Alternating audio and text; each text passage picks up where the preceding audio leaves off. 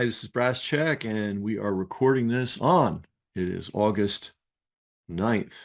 It is Friday, and we're enjoying the cool weather and the rain. I don't mind heat. It's the humidity. I do fine in the desert. I don't do too well in I wouldn't do well in a place like Florida. Anyway, the book is out. Thank you to everybody who has supported it. Please support it. This is important. What are we trying to do with this book? We're trying to put pressure on Robert F. Kennedy Jr., frankly, to get his head out of his ass and get on the right side of history.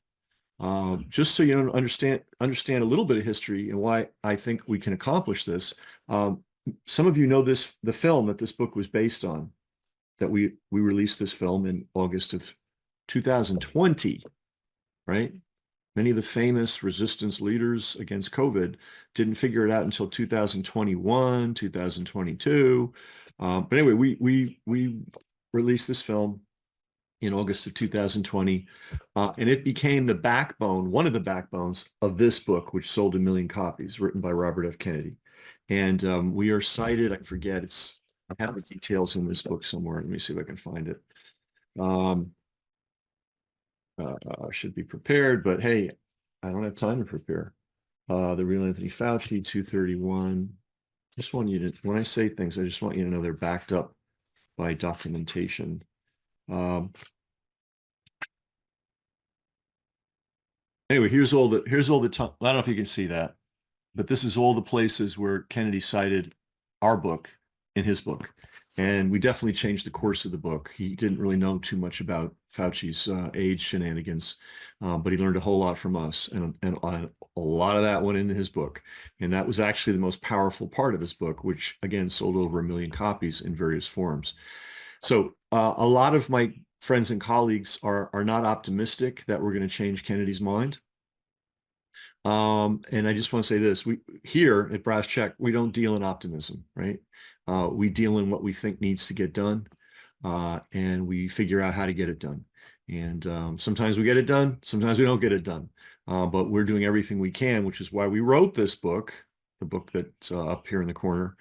We wrote specifically for him because he needs to come to grips with the fact that a whole bunch of the conspirators that were involved in the murder of his father just happened to be Zionist supporters. It's one of the secrets in the book. I'll let it out to you right now. One of the key men in the CIA's history, who you may or may not have ever heard of, was considered America's greatest Zionist by Israel itself, by the leaders of Israel. And he is absolutely one of the key people behind the death of Robert F. Kennedy, Bobby Kennedy's father. So we documented in this book. We're the first to document it. If he reads this book, he may not even read it, but he is a reader, so maybe he'll read. The case is overwhelming. So he's going to have to decide, is he going to back a criminal regime made up of psychopaths, psychopathic murderers, or is he going to honor his father and his uncle? Because it looks like the same people that killed his father killed his uncle too. I'm not saying that Israel did it. That's a very simplistic view of it. You'll see in the book. And this book is revolutionary. And if you're interested in the Kennedy assassinations, plural, you will read things and come to an understanding from this book that you're not going to get anywhere else in the world. But anyway, I want to go to today's video. Peter Thiel. He's the guy that creates surveillance software for the U.S. government. He's supposedly Mr. Libertarian. He's really Mr. Authoritarian fascist. So anyway, here's an amusing clip. He's at some college, and somebody asked him a question about his program Lavender. Now, do I have this book?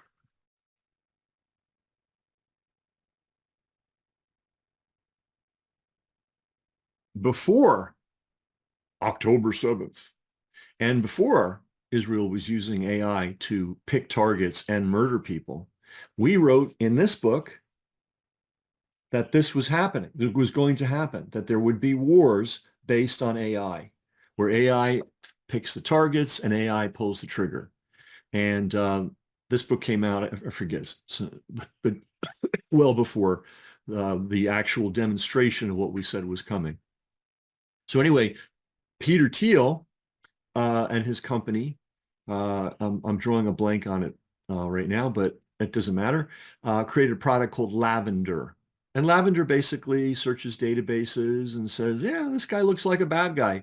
Put him on the kill list, not on the investigation list, not on the search warrant list, not on the arrest list, on the kill list. Oh, and by the way, let's wait till he's home with his family so he can kill the whole family too. That's Peter Thiel and his company. So anyway, somebody at a college asked him an intelligent question, and look at his answer. So what do you think about the use of artificial intelligence or Lavender by the IDF in identifying Hamas targets? And secondly, do you agree with Elon Musk about that the population decline is a risk for humanity?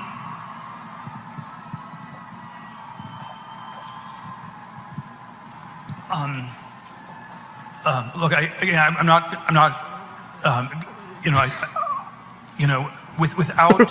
without going into all the I'm not on top of all the details of what's going on in Israel. Should be Joe Biden's speechwriter with that answer. Without going into all the I'm not on top of all the details of what's going on in Israel because my bias is to defer to Israel. It's not for us to second guess everything, and I believe that broadly the IDF gets to decide what it wants to do, and that they're broadly in the right, and that's sort of the perspective I come back to. Here's our good friend Scott Ritter, and we know Scott. We've known Scott for many years. We hosted Scott down in New Orleans. Wow, 2008, and here's him talking about people like Peter Thiel, but he's specifically talking about our beloved Congress. So anyway, here's that clip. If you're a representative of the United States of America, as all those people who were in the Congress applauding Benjamin Netanyahu, a foreigner, by the way, who was attacking Americans for carrying out their First Amendment rights of freedom of speech and freedom of assembly. If you're a member of Congress, your duty is to uphold and defend the Constitution against all enemies, foreign and domestic. And I would say that Benjamin Netanyahu, standing in the People's House, addressing Congress, condemning those Americans who are doing their duty as they saw fit, protected under the First Amendment, that he is the literal definition of an enemy of the United States of America, and yet they applauded him. It's disgusting behavior on the part of the United States Congress.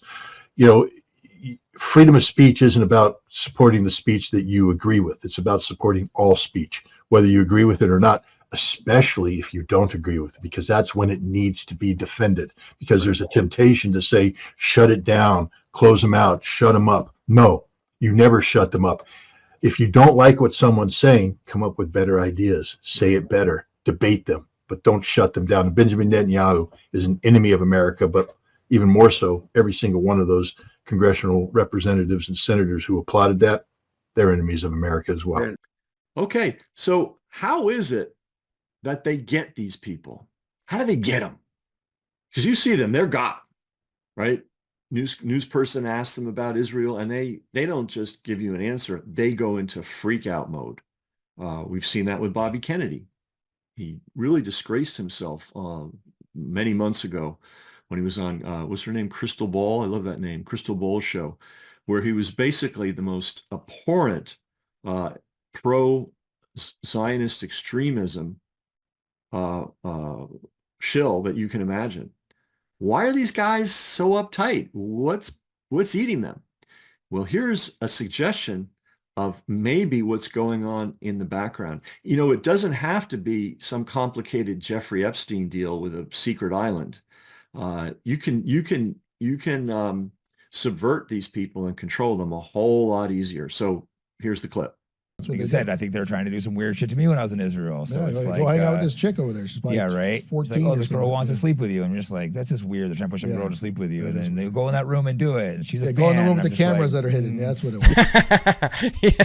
was. Go to the room where there's no cameras in there. Do it over there.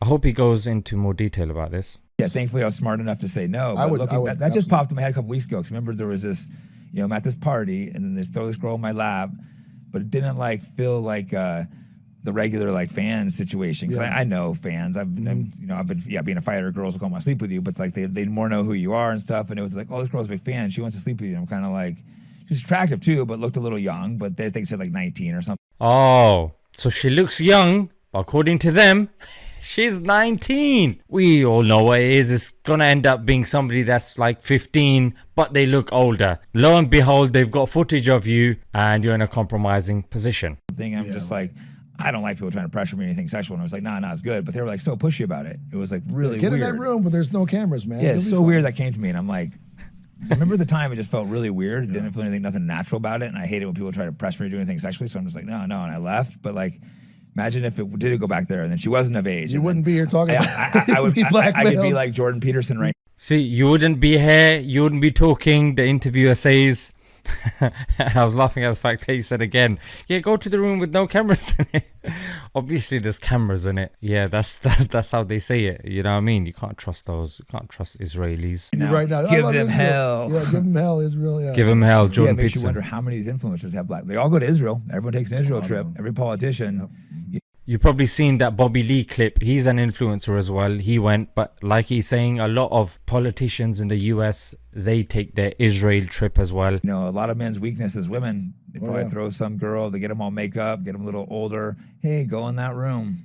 Now you're on camera. Oh, she was 14, right? Huh? You better sign this bill here. There you go. Jerusalem's the center. You're going to do whatever we say from now on. Exactly. Spot on. He's saying that you end up doing something with the underage. They've got the footage. They can blackmail you. And like Jordan Peterson, give them hell. Or like Trump, Jerusalem is the capital. For them, it's something minor, you know what I mean? But this is something that is incredibly telling, and we have seen several case studies of these. Like people talk about the Diddy parties, the rapper P. Diddy. This was a controversy that emerged a couple of months ago in which he is known to film people that have intercourse in his place, and he holds on to that footage because obviously they can use it to blackmail certain people. Okay, Epstein, we know the right-hand woman of Epstein, her relatives work for the Mossad, the Secret Service of Israel. And we know the amount of people and the types of people that would go to Epstein's island. It ranges from royalty, like the likes of Prince Andrew and, many other famous individuals that have gone there. And who knows if he's working for the Mossad.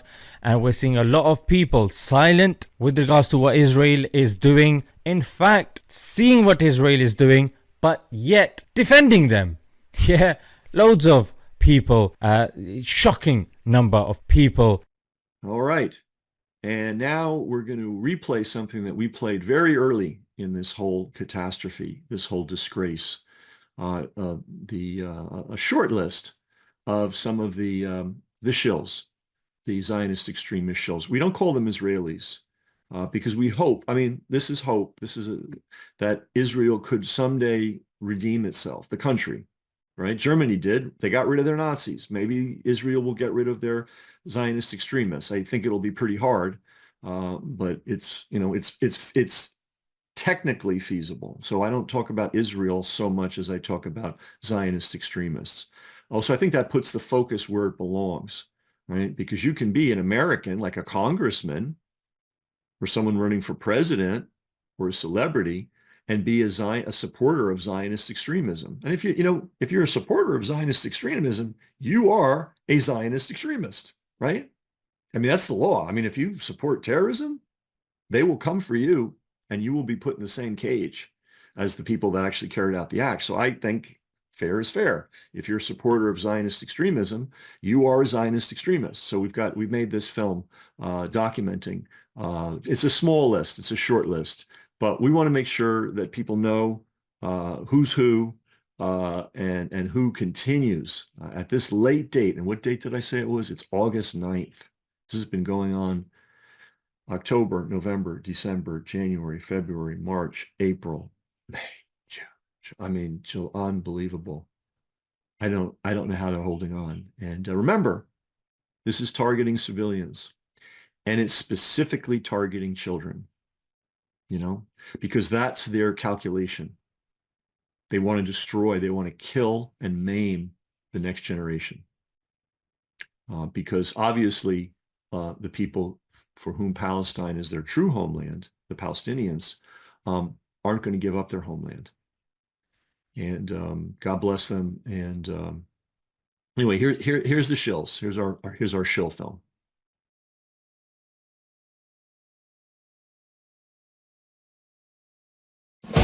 Generals gathered in their masses,